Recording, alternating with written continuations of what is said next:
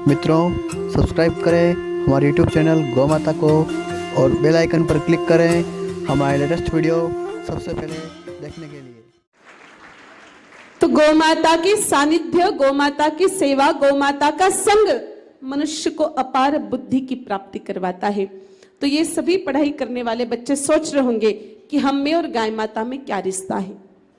पढ़ाई करने वाले बच्चे चाहे हैदराबाद में पढ़े या बॉम्बे में जाके पढ़े या दिल्ली में जाके पढ़े, आजकल माँ बाप बहुत पैसे खर्च कर देते हैं बच्चों के ऊपर पढ़ाई के लिए, लेकिन मन चाहे रिजल्ट नहीं आ पाते हैं, मन चाहा परिणाम नहीं आ पाता है। क्या दिक्कत क्या हो जाती है ये हम समझ नहीं पाते हैं। मेरे भाई बहनों, बच्चा चाहे कितने भी बढ़िया स्कूल में पढ़ता हो, फैकल्टी नंबर 1 हो, लेकिन पढ़ाई करने वाले बच्चे के पास ये 2 चीजें नहीं हो तो वो बच्चा पढ़ नहीं सकता है। पहली चीज है आलस्य रहित शरीर, और दूसरी चीज है तेज बुद्धि। अभी आलस और बुद्धि आती कहां से? तो भगवान श्री कृष्ण चंद्र जी गीता जी में अर्जुन को देवता और असुरों के बीच का भेद स्पष्ट करते हुए कहते हैं, हे अर्जुन, मनुष्य जिस प्रकार का अन्न खाता है उसी के अनुसार उसका तन और मन बनता चला जाता है। मेरे भाई बहनों, आज हमारे हिंदुस्तान में एनिमल हस्बेंड्री की रिपोर्ट के अनुसार भैंसे है 17 करोड़, जर्सियां है 7.5 करोड़ और गाय माताएं बच्ची कुल 3.25 करोड़। हम अधिकांश किसका दूध पी रहे हैं? भैंस का और जर्सी का। तो बोलो, बुद्धि और शरीर पर उसका असर आएगा कि नहीं आएगा? बिल्कुल आएगा, आता ही है।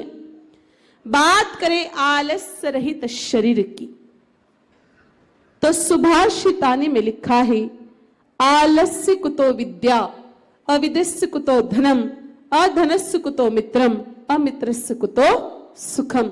आलसी बच्चे को सुख की प्राप्ति नहीं होती। आलस आता है भैंस का दूध पीने से। आप कभी भी देखना बच्चों, गाय माता जी का बछड़ा जब गाय माता का दूध पीता है, तुरंत पूंछ उठा करके पूरे बाड़े में उछलता है, कूदता है, दौड़ लगाता है, धामा चौकड़ी बचाता है, पकड़ने जाओ तो हाथ ही नहीं आता है। और भैंस खा पी करके चारों पैरों को चौड़ा करके पड़ी रहती है और बैठे बैठे यूरिन पेशाब मूत्र त्याग करके उसमें पूंछ घुमा के नाना धोना वॉशिंग बाथिंग सब कुछ निपट लेती है। तो जिस भैंस को पेशाब करने के लिए भी उठने में जोर आता है, तो ऐसी आलसी भैंसों का दूध बच्चे पिएंगे तो बोलो आलसी बनेंगे कि नहीं बनेंगे? बिल्कुल बनेंगे। देखो, आप कभी भी देखिएगा बच्चों, गाय माता कभी भी बैठे बैठे मूत्र त्याग नहीं करती। हाँ, एक बात बहुत अलग है, पैरों में बहुत ज्यादा दिक्कत है या फिर और कोई समस्या हो रही है, तो गाय माता ऐसी घड़ी में 1% बैठे बैठे मूत्र त्याग कर सकती है, लेकिन स्वस्थ गाय माता कभी भी बैठे बैठे मूत्र त्याग नहीं करती। अपने स्थान पे खड़े होकर पूंछ समेट के ही मूत्र त्याग करती है, और भैंस तो बैठे बैठे ही कर देती है।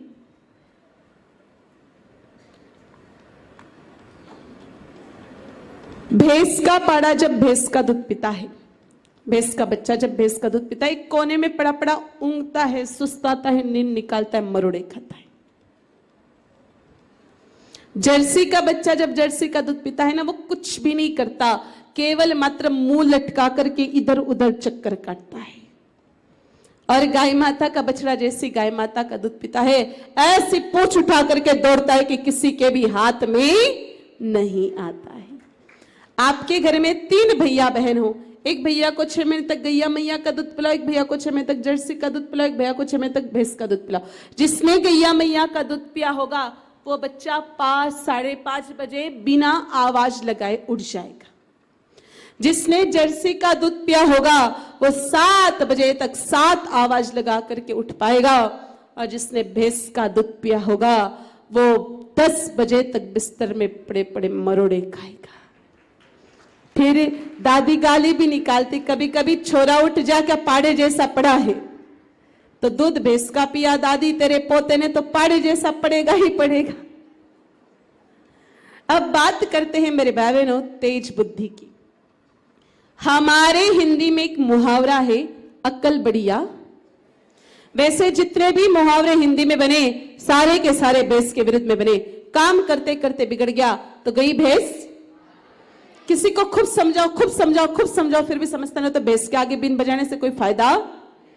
कोई बिल्कुल अनपढ़ हो तो काला अक्षर, कोई आदमी बिल्कुल मानता ही नहीं हो, सब में अपनी अपनी चलाता हो तो कहते जिसकी लाठी उसकी।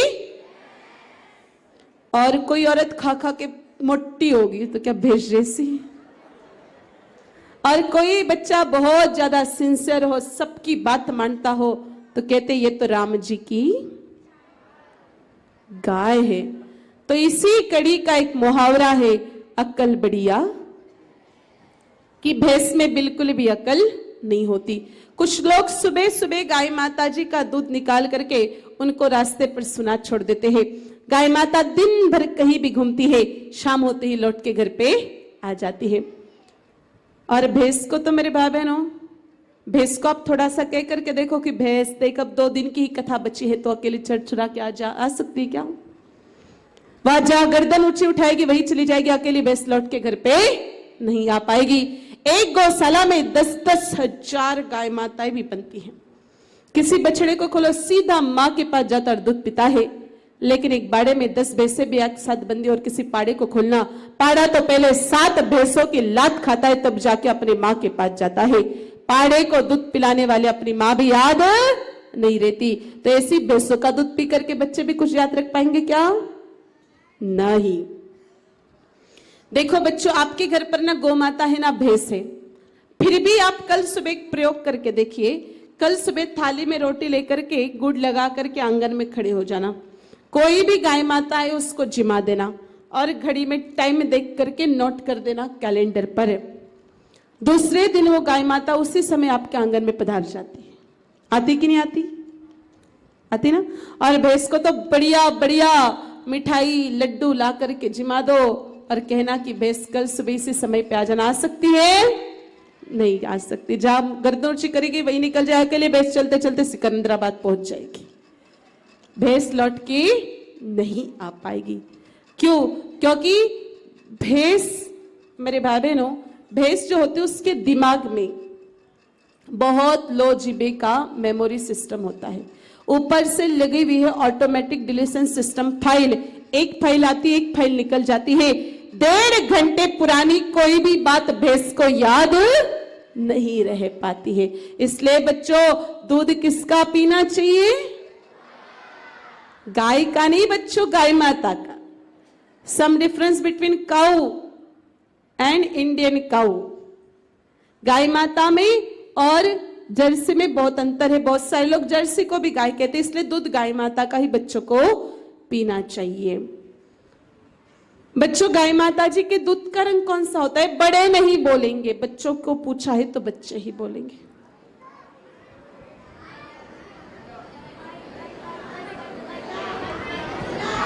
बस ठीक है।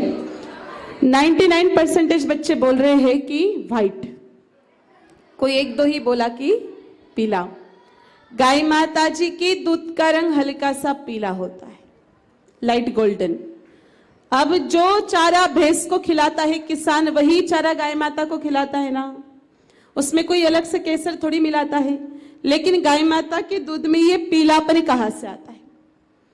जो देसी गाय माता होती है उसके पीठ पर जो रीढ़ की हड्डी होती है, उसके सने सने एक नाड़ी चलती जिसका नाम है सूर्य केतु नाड़ी। ये सूर्य नारायण भगवान से सवितु नामक किरण को खींच करके दूध तक भेजती है।